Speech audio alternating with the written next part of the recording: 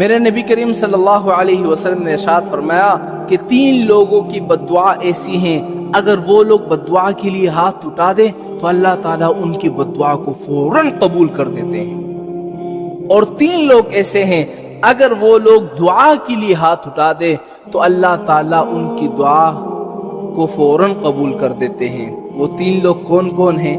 سنتے جاؤ۔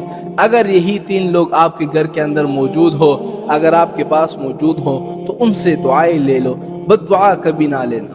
وہ 3 لوگ کون ہیں؟ سب سے پہلے مظلوم کی دعا اور بد دعا۔ اگر مظلوم نے ہاتھ اٹھا دیے بد دعا کے لیے تو اللہ تعالیٰ فوراً ان کی بد دعا قبول کر دیتے ہیں۔ اگر دعا کے لیے ہاتھ اٹھا دیے تو اللہ تعالیٰ ان کی دعائیں فوراً قبول کر دیتا ہے۔ دوسرا، مسافر کی دعا اور بد دعا۔ جو بندہ سفر میں ہو، مسافر ہو، تو اللہ تعالیٰ اس کی بھی دعا اور بد دعا کو فوراً قبول کر دیتا ہے۔ اور تیسرا کیا ہے جو میرے اور آپ کے گھر کے اندر ہے؟ وہ تیسرا ہے حقوق الوالدین، والدین کی دعا اور بد دعا۔ جب والدین بد دعا کرتی ہیں نا تو اللہ تعالیٰ فوراً قبول کر دیتے ہیں۔ یقین نہیں آتا؟ بخاری شریف میں ایک واقعہ نقل کیا ہے کہ حضرت جریش جو تھے بہت بڑے بزرگ، بہت بڑے ولی تھے، اور ہمیشہ اپنے عبادت میں مصروف رہتے تھے۔ اچھا، اس نے ماں کو ڈانٹا نہیں تھا، ماں سے بدتمیزی نہیں کی تھی، ماں کو تپڑ نہیں مارا تھا۔ اس نے پتہ ہے غلطی کیا کی تھی؟ سنتے جاؤ۔ حضرت جریش ایک دفعہ نماز پڑھنے میں مصروف تھے، نماز پڑھ رہے تھے، تو والدہ نے آواز لگایا کہ جریش، تو چونکہ وہ نماز پڑھ رہے تھے تو انہوں نے نماز نہیں توڑی، وہ آواز لگا دی گئی، جریش جریش۔ جب اس بزرگ نے، جریش نے نماز کو ختم کر لیا، سلام کے بعد فوراً اپنی والدہ کے پاس چلی گئی، تو والدہ نے کہا کہ جب میں تمہیں اتنی دیر سے بلا رہی تھی کیوں نہیں آئے؟ اس نے کہا کہ اماں جان، میں نماز پڑھنے میں مصروف تھا، ماں کو غصہ آیا تو اس نے اسی وقت اس کو بددعا دے دی۔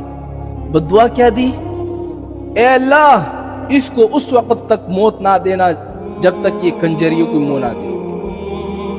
اللہ اکبر۔ بس ماں کی بددعا تھی جو کہ لگنی تھی، کیونکہ حدیث میں بھی ہی آیا ہے۔ اور ایک شخص میرے نبی کے پاس آیا اور کہا کہ سب سے بڑے گناہ کون سے ہیں؟ آپ نے فرمایا سب سے پہلے یہ ہے کہ شہادت الزہور، جھوٹی گواہی دینا۔ دوسرا کیا ہے کہ الاشراک باللہ، اللہ کے ساتھ شریک ٹھہرانا۔ اور تیسرا کیا ہے؟ حقوق الوالدین، اپنے والدین کی نافرمانی کرنا۔ تو حضرت جریش ایک دفعہ اپنے عبادت خانے میں، آج بھی موجود ہے عبادت خانے جو ہے نا، خانقاہیں بنے ہوئے ہیں، ان کے اندر جو ہے وہ اپنی عبادت میں لگے ہوئے تھے۔ تو اس علاقے میں ایک بڑی حسین و جمیل عورت تھی، تو اس نے سوچا کہ یہ اپنے آپ کو بڑا نیک سمجھتا ہے، بڑا ولی سمجھتا ہے، تو لازمی بات ہے یہ چپ چپ کے جو ہے وہ گناہ کرتا ہوگا، لہٰذا میں بھی اس کو بھٹکاؤں گی اور اس کو اس مقام سے چھڑا لوں گی۔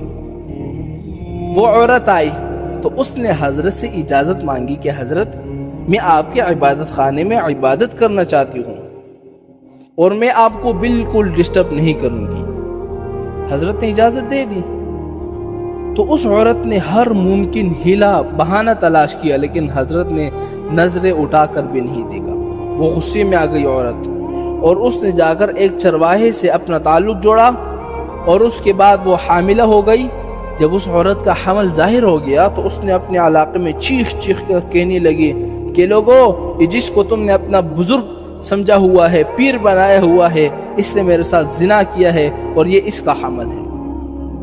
لوگوں کا بس سننا تھا جناب، لوگوں نے مرد آباد کے نعرے لگا دیے اور انہوں نے اس کے خانقاہ کو توڑ ڈالا، اور حضرت رو رہے ہیں چونکہ اس کے علاوہ حضرت کے پاس کچھ تھا ہی نہیں۔ بہرحال جب وہ بچہ پیدا ہو گیا تو وہ عورت اس بچے کو لے کر آئی کہ یہ تمہارا بچہ ہے، اس کو سنبھالو۔